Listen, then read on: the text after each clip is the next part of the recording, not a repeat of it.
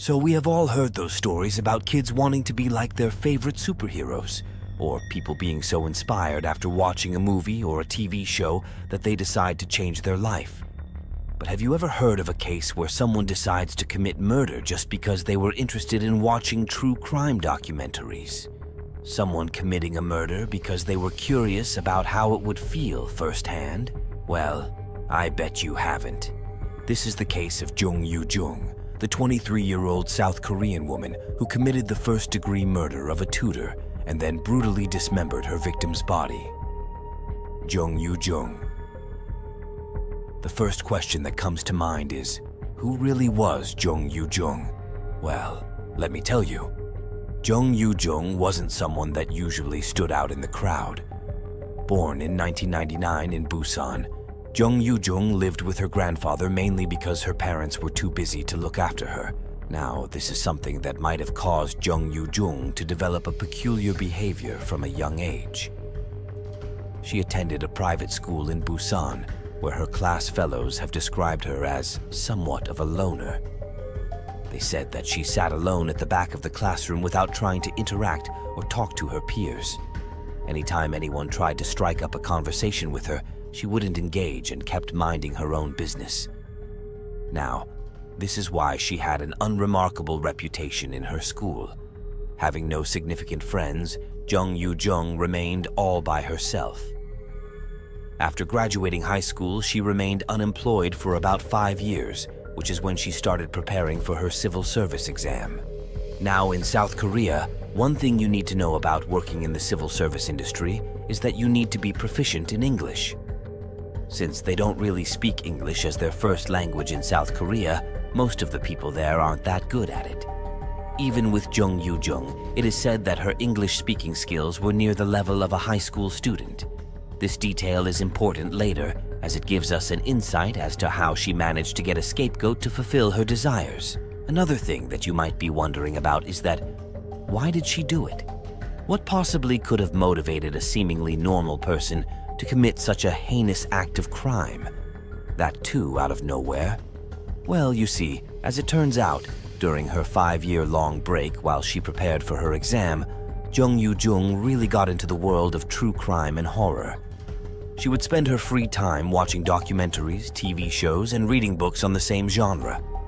Jung YooJung would also often issue books from the library related to crimes and murders.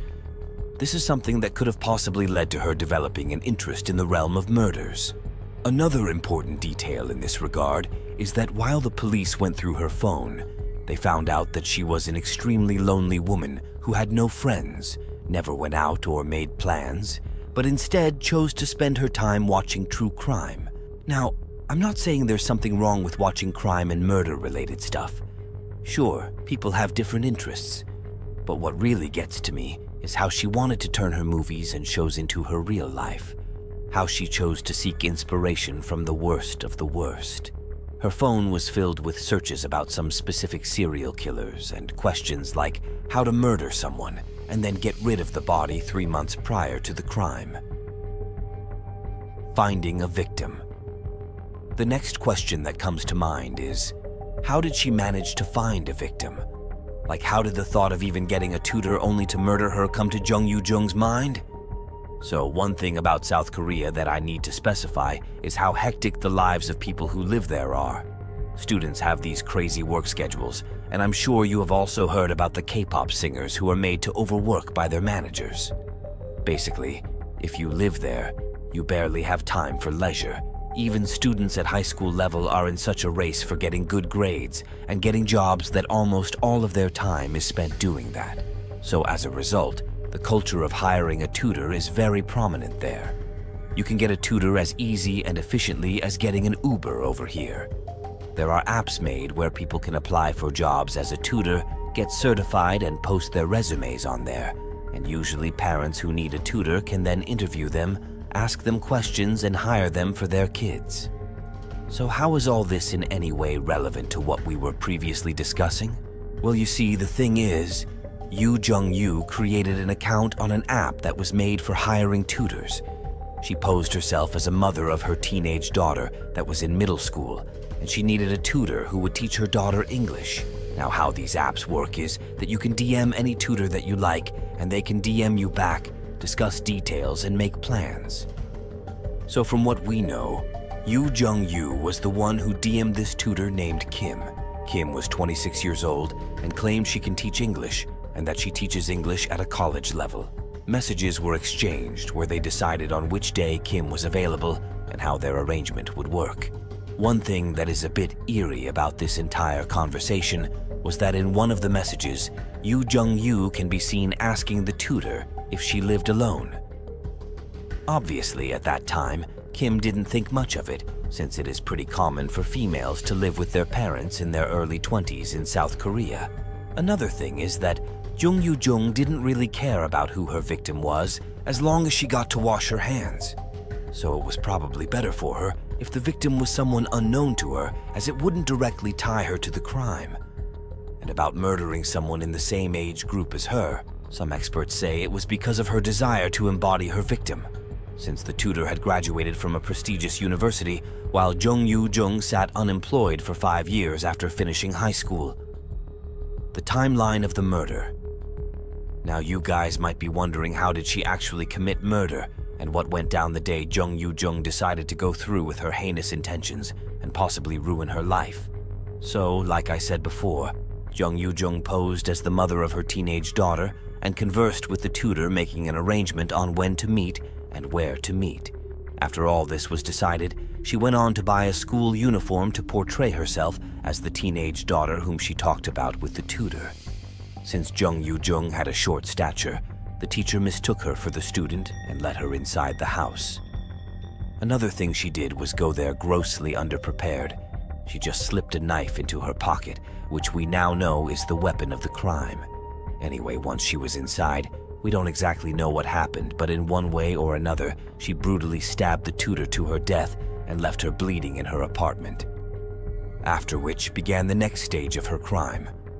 From the CCTV footage, it shows that Jung YooJung went 3 times back and forth to the scene of the crime, possibly to cover up her actions and try to erase any evidence that was left behind.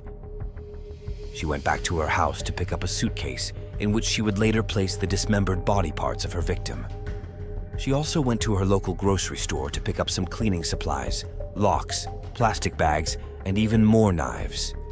According to Jung YooJung, she wanted to commit the perfect crime, and to do that, she decided she would try to portray her murder as a case of someone who had gone missing.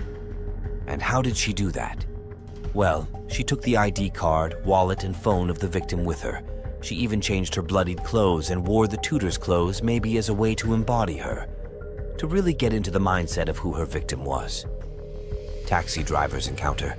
Now the next part would be something that led to her arrest, her encounter with the taxi driver. So by now, we have established her going back and forth to the tutor's house, chopping the body up and storing it in her suitcase and some plastic bags. She filled some of the body parts in a plastic bag and dumped them nearby, and then took the rest with her in her suitcase. It was around 1 a.m. when she called a taxi and asked the driver to take her to a nearby park near the Nakdong River. Surely it tipped the driver off, because you wouldn't normally go to a park at 1 a.m. on a Wednesday if you were up to no good.